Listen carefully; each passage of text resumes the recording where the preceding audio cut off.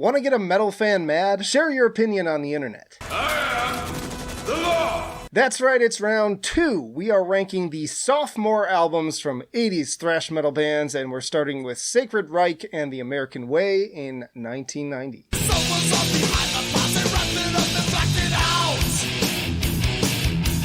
Now, on the previous video, there were plenty of comments with other great additions to the list, and I just don't have time to cover all of them. But the most egregiously omitted debut was definitely Ignorance. I've made a severe and continuous lapse in my judgment. I'm not even sure how it happened, but consider it another honorary like A or S tier. As for the follow-up, it's good too, but I'm not as big a fan of the somewhat slower approach. Nice hypnotic chug on the title track, great bass rumble on Crimes Against Humanity, State of Emergency is a bop with a great pace change, Who's to Blame is a classic, but it's hard to beat the non-stop headbanging energy of the debut. Like, the songwriting just isn't as consistently engaging for me, and they often drag the songs on a bit too long. Pretty brisk listen overall, though, at 35 minutes. I'm gonna put this one at great tier. Next up is Sepultura with Schizophrenia in 1987. I love this album. It takes the dark grittiness of Morbid Visions, but massively steps up both the performances and the production. And undoubtedly part of that has to do with Andreas Kisser stepping in on guitar. From the Past Comes the Storms is pure Slayer energy, and you can hear the impact that Rain and Blood likely had on them, having come out just a year before. Septic Schizo is a rager. I also still hear some of that Celtic Frost influence coming through on tracks like To the Wall and Escape to the Void. Then we get that great acoustic intro and spooky atmosphere on Inquisition Symphony. Great album. Perfection. Easily. One of my favorites from them. Next up, we have Razor with Evil Invaders in 1985.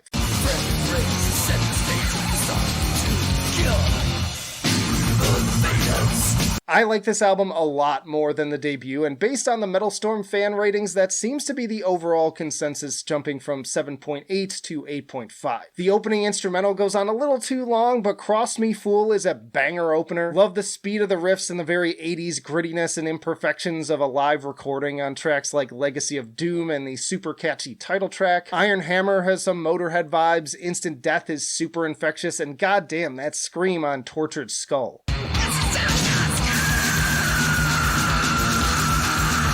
Honestly, great start to finish, and I also love the obvious homage to the Terminator on the cover art. This one's going to fantastic. Get out. Next up is Artillery with Terror Squad in 1987.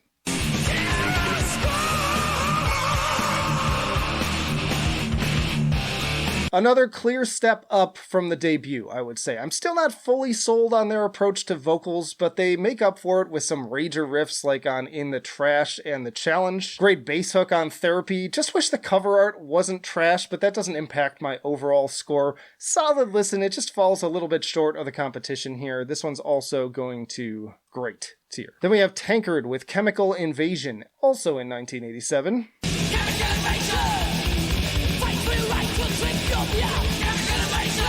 This album just goes fast and hard, plain and simple, and it also has this kind of cold, aggressive quality to the first half. Unfortunately, I don't really care for the bluesier elements that show up later on. It feels like they're kind of clashing with the harsher stuff, so I lose some interest after Puke, although, of course, Alcohol is a classic on that side of the fence. There's still good performances, especially Traitor. It just feels a little bit conflicted in terms of tone and direction, so this one ended up at good for me. Another big one here, we have Exodus with Pleasures of the Flesh, also in 1987.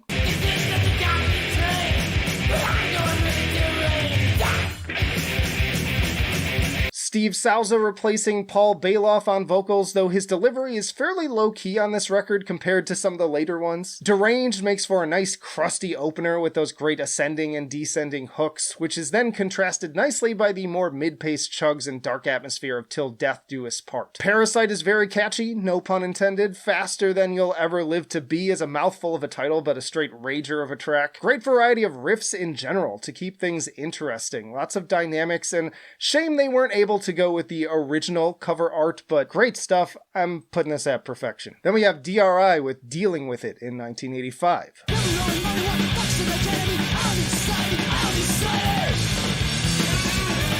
Still mostly a punk record, but moving more into the crossover sound that the debut did. It wouldn't be until the next album, though, that they'd really coin that term. 25 tracks, but it's only 34 minutes, typical. Still a pretty fun album and a step up overall, just maybe not as memorable as some of the other ones here, so I'm putting this one at okay. Then we have Sadus with Swallowed in Black in 1990.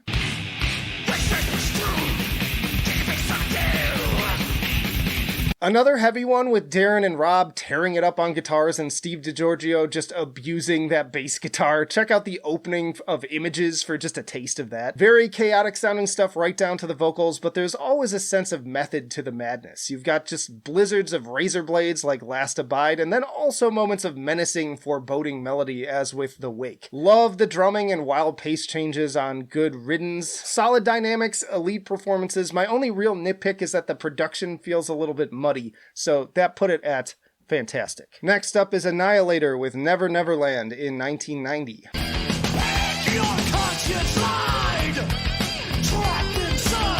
Now, Alice in Hell hit just right for me on that border between infectiously fun and cheesy, but I think this one pushes a little bit more towards the latter. The Fun Palace feels very much like them trying to nail another Alice in Hell Lightning in a Bottle single, and I'd say they're about 75% successful with that. Phantasmagoria is also pretty fun. Plenty of great riffs, no shortage of impressive shredding. It just feels a little bit cock-rocky. Dr. Rocks are gonna make you a balloon! Like, I even enjoy stuff like Van Halen, but for whatever reason, that formula just doesn't work as well for me in thrash metal. And then there are the softer moments like on the title track that don't do much for me. When it comes down to it, there are no bad or even really subpar albums on this list, but something has to end up in the lower ranks, and ultimately this one just didn't make a strong enough argument to end up higher, so ended up at okay. Ooh, but then we have Kreator with Pleasure to Kill in 1986. Tasting the blood from your lips as you die. Make that attraction to me. Pleasure to kill. As I said in my Kreator discography tier list, I am honored to share a birth year with this absolute classic. It's among my favorite thrash metal albums and just a blast to scream along to, and in addition to the overall heaviness, it also has to do with the choices regarding placement of syllables for those utterly iconic staccato enunciations. It takes all of the aggression from the debut, steps up the songwriting, and really cements the band's identity within the genre. There's also this element of chaos that adds to a sort of frantic aesthetic, like you're on a battlefield with bullets flying all around you. Personal favorites: Ripping Corpse, Carry On, Command of the Blade, and of course, Pleasure to Kill. Perfection. Alright, Suicidal Tendencies, Join the Army in 1987.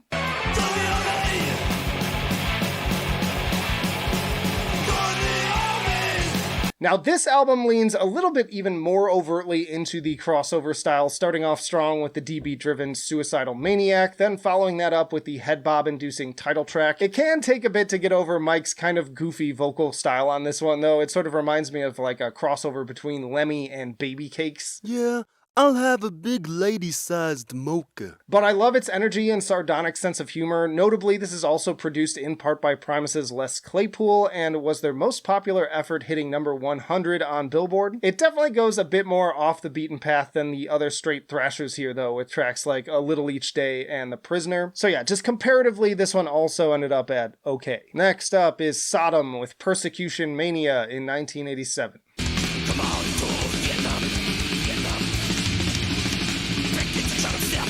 Very much picking up where Obsessed by Cruelty left off with the messy, ugly, proto-black metal elements. Definitely a step up in terms of production, though the songwriting still feels a little bit on the basic side. And for the 1000th time, I don't generally like doom in my thrash metal, so as ooey gooey tracks like Procession to Golgotha are, it's just not necessarily adding points for me. Banger of a listen, but it just comes off again as a little basic on this particular list. Seriously, this was one of the hardest lists I've done so far, so going to good tier for this one. Ooh, but then a real banger here, we have Dark Angel with Darkness Descends in 1988. Another band that didn't really wow me on the last video, bringing the pain for this one. Darkness Descends shreds just as hard as Slayer and Kreator, especially on tracks like The Burning of Sodom and Hunger of the Undead. If anything, it only gets more vicious as we move to Merciless Death. Love these soaring leads, breaking up the relentless palm mutes of Death is Certain, Life is Not. Just a violent, ripping, tearing beast of an album that's all teeth and claws. Another one going to Fantastic tier. Moving on to Destruction with Eternal Devastation in 1986.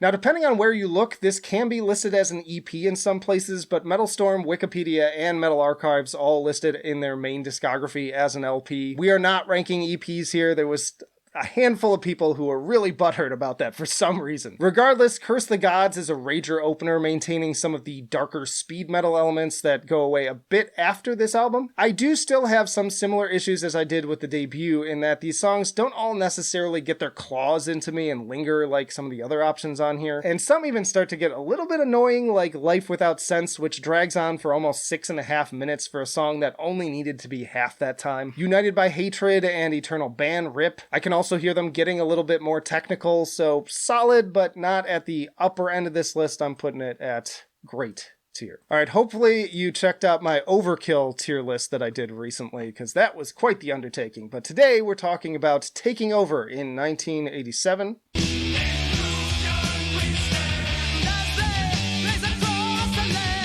Continuing that more heavy metal influence sound from the debut, but with some expanded vocal dynamics. Again, solid in terms of performances, but just not really what I look for in thrash. It just makes me want to listen to something like Dio instead. But then I do like the atmosphere of Fatal If Swallowed, great build up to the rumbling bass and pounding drums in the guitars. Electro violence is pretty fun too. But yeah, again, it's just not really for me is what it comes down to. I know a lot of people would rank this a lot higher. I put it at okay, but again, it's my list, and for me, it's all about how much I actually enjoy the album as opposed to legacy or anything like that. Anything you disagree on, feel free to share in the comments like why you like that album more. It makes for a more fun discussion than if we all just agree all the time. But next up is Toxik with Think This in 1989.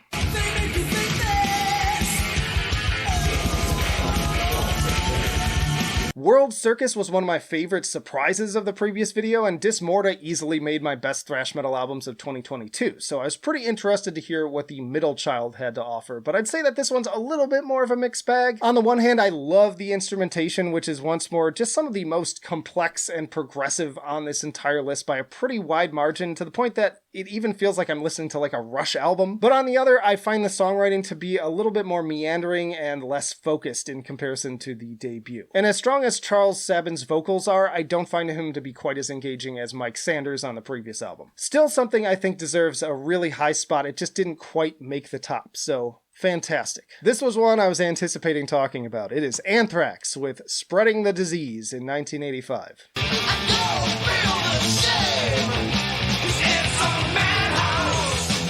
So full disclosure, Anthrax has always been my least favorite of the big four, but this album is undeniable. First of all, classic cover art I might even put in like the top 10 most iconic in thrash of all time. AIR makes for a really anthemic opener thanks in large part to Joey Belladonna stepping in on vocals. And even if it's that more heavy metal influenced vocal style that tends to be my least favorite element of their sound, it works so well here. Frank Bello also coming in hot on bass and making his presence known on tracks like Lone Justice. Madhouse is of course a classic, but plenty of other killer tracks like SSC, Stand or Fall, The Enemy, Medusa, and the super aggro closer Gung Ho. Maybe not my favorite thing in the entire world, but I respect its infectious songwriting and overall consistency, and I gotta hand it to him, putting this one at perfection. You did it. You crazy son of a bitch, you did. Next up is Heathen with Victims of Deception in 1991.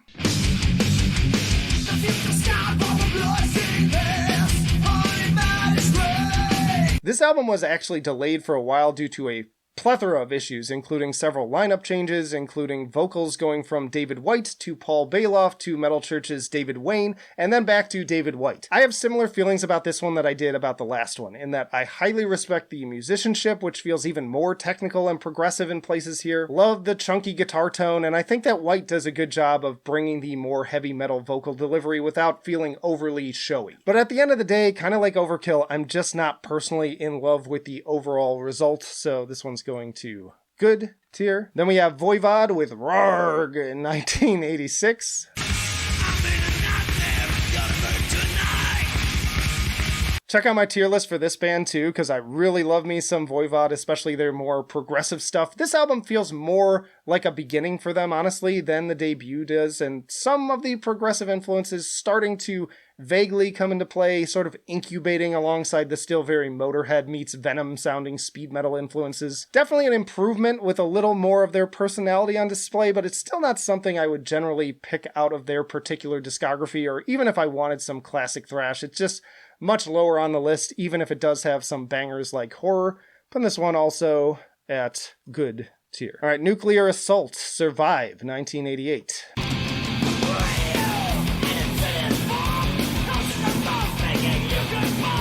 Another band that did pretty poorly on the previous list, and my thoughts continue to be similar, unfortunately, on this one. Fantastic riffs and energy, but John Connolly's vocals get really annoying. And it's a shame because Danny Lilker of Anthrax, Stormtroopers of Death, and Brutal Truth fame is also killing it on bass. With a different vocal performance, this could easily move up with ragers like Survive and the Great Depression, but I just can't get past it when there are plenty of full package releases on here I don't have that same issue with. So this one landed at okay. Alright, we got some Possessed with Beyond the Gates in 1986.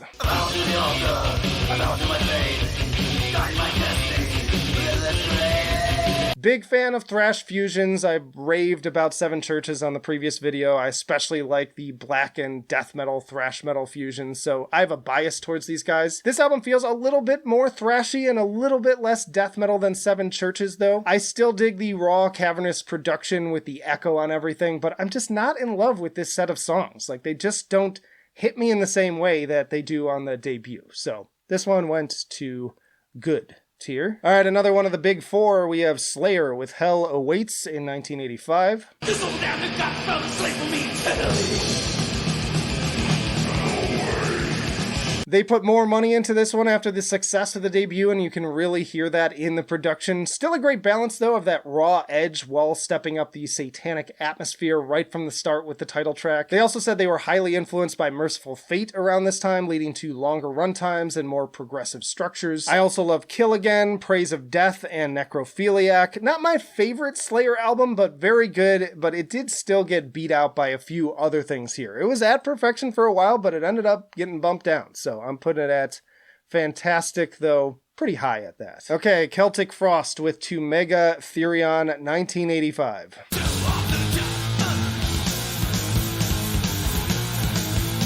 Another potential hot take here. I love Morbid Tales, but I'm just gonna say it yet again. I think that this album is mad overrated. Is your idiot brain getting fucked by stupid? Great Giger artwork, some good moments, and I always love those patented Tom G. Warrior ooms, but even after years of listening and owning the damn thing on my shelf behind me, I still find it to be pretty boring. I appreciate its legacy, but I've just never really cared for all the plotting, repetitious riffing, and doom metal elements, even though my favorite from them is Monotheist, which leans even more into the doom, but in a more interesting way, in my opinion. So yeah, this one's just going to okay. Again, comment below why you love this album if you disagree instead of just getting mad. Or go ahead and get mad. It's all engagement to me. Let the hate flow through you.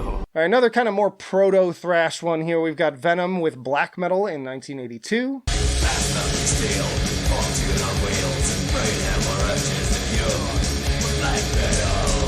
More of a speed metal album, but like Welcome to Hell, it had an important influence on both thrash and black metal. And hate me again, because this is another one I've always found to be kind of overrated in comparison to the debut. I will say, though, I like it more than To Mega Therion. The title track is great, but after that, it's kind of hit and miss. Buried Alive and Countess Bathory are pretty fun, if a little repetitive. Leave Me in Hell and Heaven's on Fire have some fun riffing.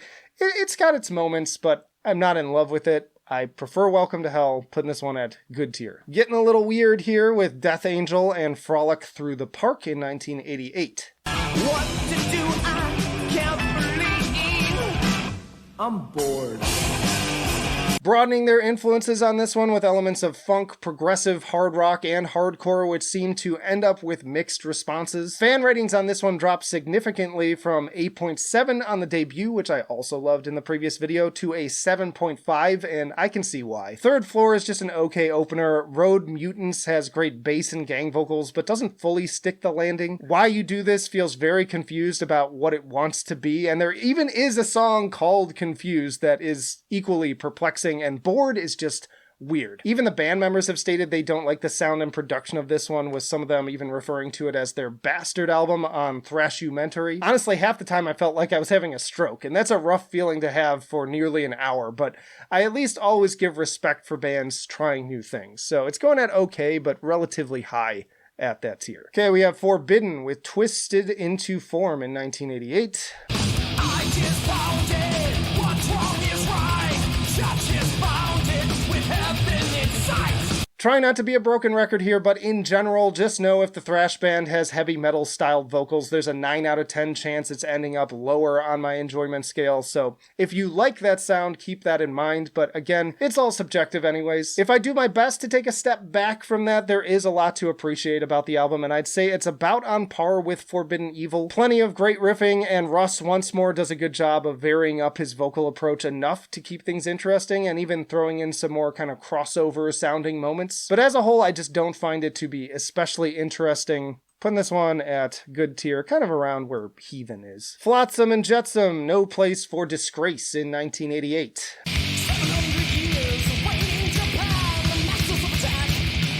Now these guys are an example of a band with that vocal style that for whatever reason I quite enjoy. But I will say, despite this album and the debut generally being equally loved, I don't find myself enjoying this one quite as much. That said, plenty to still enjoy here, with stellar guitar work and sing-along moments on Dreams of Death and Misguided Fortune, and love the bass on I Live, You Die. Stellar atmosphere on Any Terror and The Jones. I could do without Escape from Within and the Elton John cover, even if they do a fine job with it. Gonna put this one at great tier. Another biggie here with Testament, The New Order in 1988.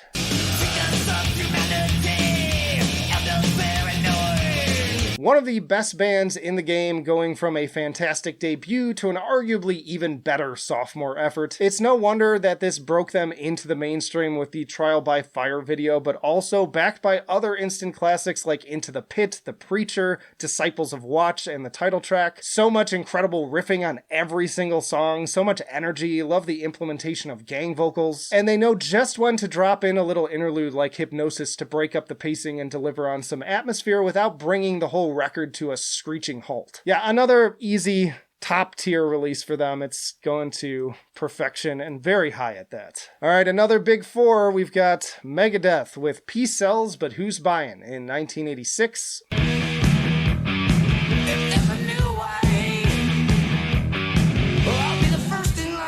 Taking a bit of a slower approach here in comparison to the debut and going for more dynamic and sometimes progressive arrangements like Wake Up, which is a great opener, but the results overall I would say are kind of mixed. There are songs I absolutely love on here, like Good Morning, Black Friday, and of course the infectious title track with one of the best bass hooks of all time. But then there's a lot of other stuff, especially the I Ain't Superstitious cover that causes me to kind of check out. Also, one of the things I love about the debut is that Dave kind of recognizes his vocal shortcomings and doesn't try to overdo it, but here you already get some of his more annoying sounding moments. Check out my Megadeth tier list to hear more of my thoughts on that. So yeah, mixed bag. Not an album I enjoy as much start to finish as the album before or after it. It is a classic, it is a legacy album, but I don't know, I think there's more overlooked albums on this list that I think are better, so ultimately I put it pretty high up on great tier. Alright, Vio-lence with Oppressing the Masses in 1990.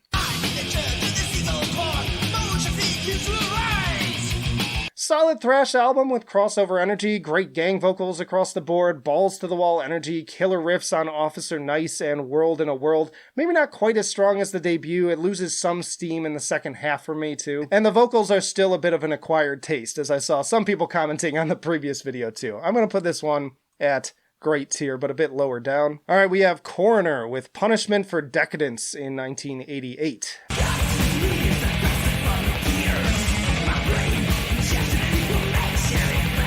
Tommy continuing to really show off his skills as a highlight here, but thankfully with what feels like an upgrading in the songwriting, which was my main complaint of RIP. It kicks off strong with Absorbed and never really lets off the gas from there. Great stomp to Skeleton on Your Shoulder, love Masked Jackal and the D-beat infused Voyage to Eternity, awesome interplay of the riffs and drumming on Shadow of a Lost Dream, and Sudden Fall shows them maturing in writing earworm vocal parts. All of this with an icing of incredible soloing. It's going to fantastic. I'm hoping that the Coroner fans out there are happy about that after the previous video. And of course, we had to wrap things up with the final of the big four, Metallica, Ride the Lightning, 1984.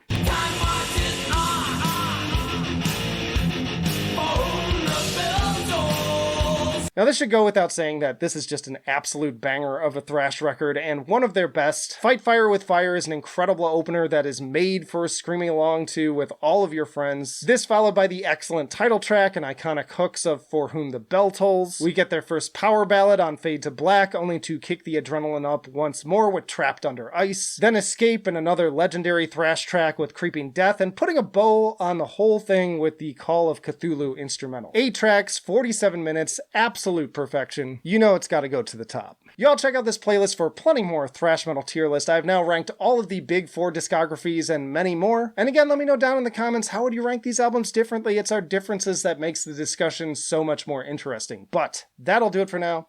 Flight of Icarus signing off. I will see you in the trenches.